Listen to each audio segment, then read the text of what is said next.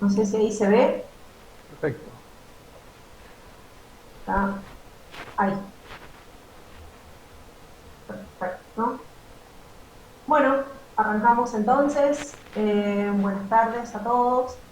Un poco repitiendo o profundizando lo que acaba de decir Emanuel, la cátedra, como lo dice su es arquitectura y proyecto urbano.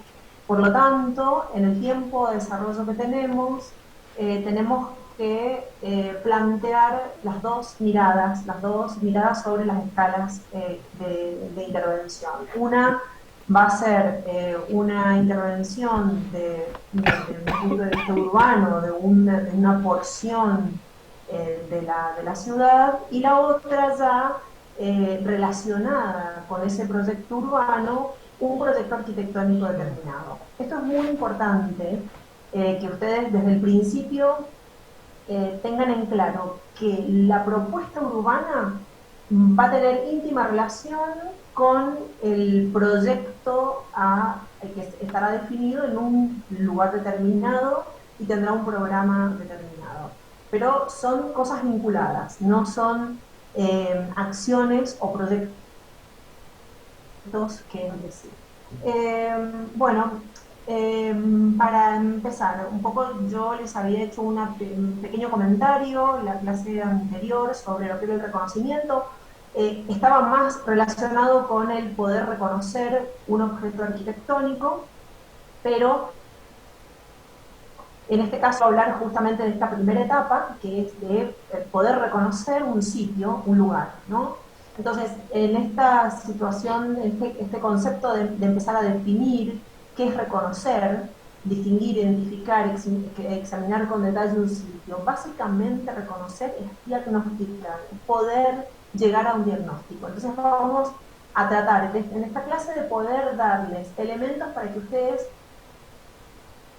puedan de manera precisa, ¿no? De manera real. Entonces, dentro de este reconocimiento, para poder hacer un reconocimiento, la verdad, hay que educar la mirada. No es algo que hacemos de un día para otro. Es un ejercicio en donde se van justamente adquiriendo capacidades para ir mirando y para ir mirando lo que es importante, ¿no? Y para ir desechando lo que es superfluo. Entonces, en este reconocimiento, por supuesto que hay una forma intelectual de procesarlo. No es solamente mirar y sacar conclusiones, sino que hay una reflexión que para nosotros es muy importante. Entonces, este reconocimiento busca cifrar elementos que conforman identidad. Pueden ser identidad arquitectónica o identidad de un sitio. Y estos son conjuntos de cualidades, atributos y características que lo definen, básicamente. Mientras que yo les contaba el otro día, la apariencia está determinado que observamos rápidamente, ¿no? Entonces es un acto muchísimo más banal, más superficial. Es el primer acto que tenemos, es el mirar. Pero lo que nosotros buscamos es identificar un poco más profundamente elementos que nos van a servir a futuro como material de proyecto. Básicamente, el lugar es el elemento fundamental del reconocimiento, ¿no? Uno reconoce un sitio, reconoce un lugar, y el lugar también es donde se implanta la obra, o la futura obra, o el proyecto que se realizará. Entonces, es el ámbito en donde necesariamente se va a conformar el espacio. Y por lo tanto, el proyecto va a quedar afectado al lugar y el lugar al proyecto. Eso es algo que implícita y explícitamente se da en forma natural. Lo que sí pensamos, un poco Emanuel también lo anticipó en la cátedra, que pensamos que el lugar siempre, cualquier lugar nos puede aportar. Tanto que entendemos que nunca partimos de una tabula rasa. Por más que ese lugar aparentemente no tenga demasiada sustancia, siempre hay elementos para rescatar. Entonces, a través de esta observación, nosotros en primer lugar compilamos datos. pero siempre con una acción productiva. Esto también me gustaría que quede claro. Este ejercicio no es un ejercicio en donde vamos a sumar datos, sino que vamos a elegir elementos que realmente sean útiles, que sean realmente eficientes a futuro, para una proyectación a futuro, pero además con un concepto propositivo. Todo aquel elemento que nosotros vayamos detectando va a ser un elemento que sirva para una acción propositiva. No es un elemento que va a quedar ahí como un dato más. ¿Sí? Eso nos parece muy claro y queremos hacer hincapié porque generalmente es un elemento que cuesta. Generalmente uno toma datos y después se da cuenta de la relevancia o no de cada uno. Entonces, nosotros necesitamos que esos datos sean relevantes, que sean concretos.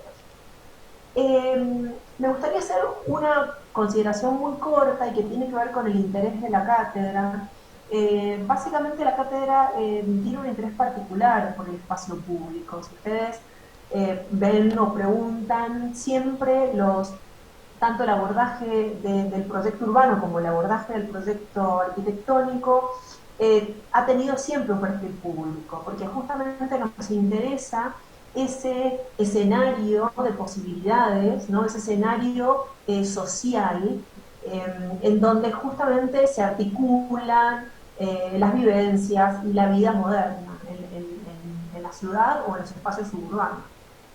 Entonces, esto me parece muy interesante y claro que quede presente, ¿no? Nos interesa la relación del espacio público y la relación también, por supuesto, con los espacios privados y cómo este espacio público articula con ellos.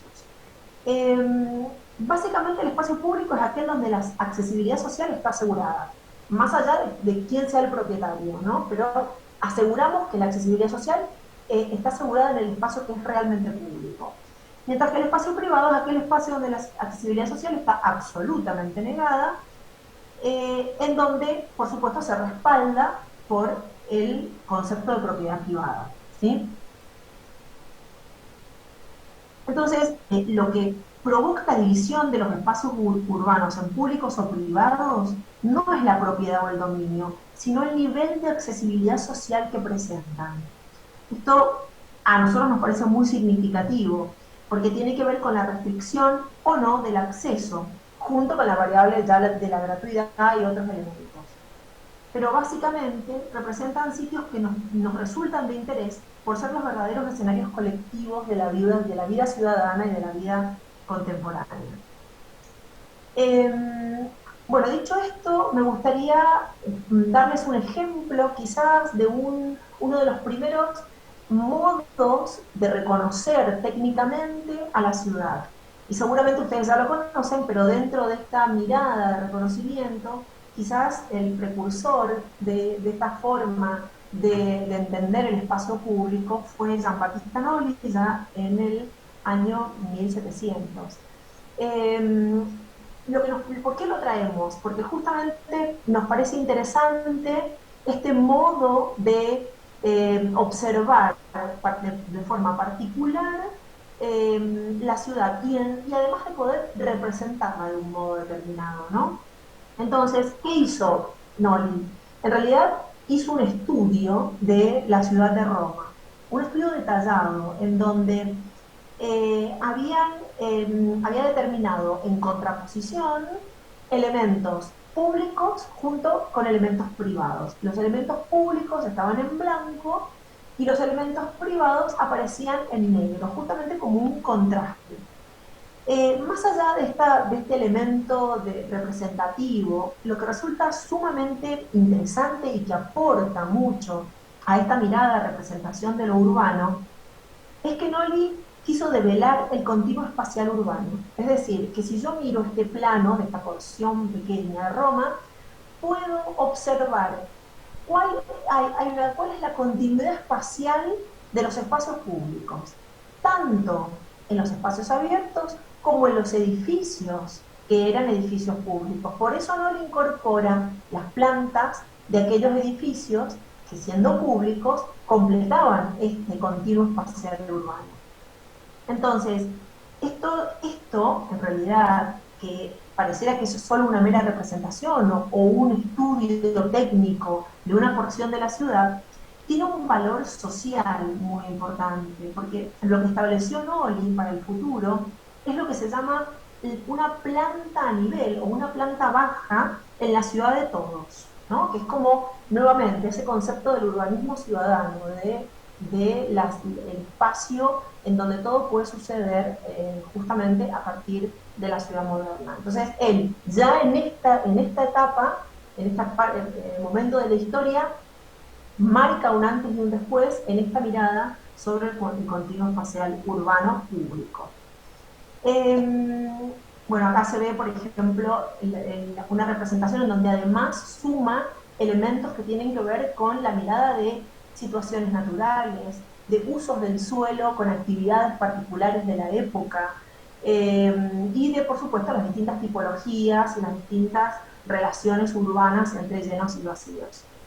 Esto mismo se ha seguido aplicando en distintas ciudades, en donde uno puede, a través de esta forma tan simple, pero de tanta información, puede ir leyendo fácilmente las estructuras urbanas de las tramas de las distintas conformaciones urbanas modernas, ¿no? Entonces, es importante poder mirar y poder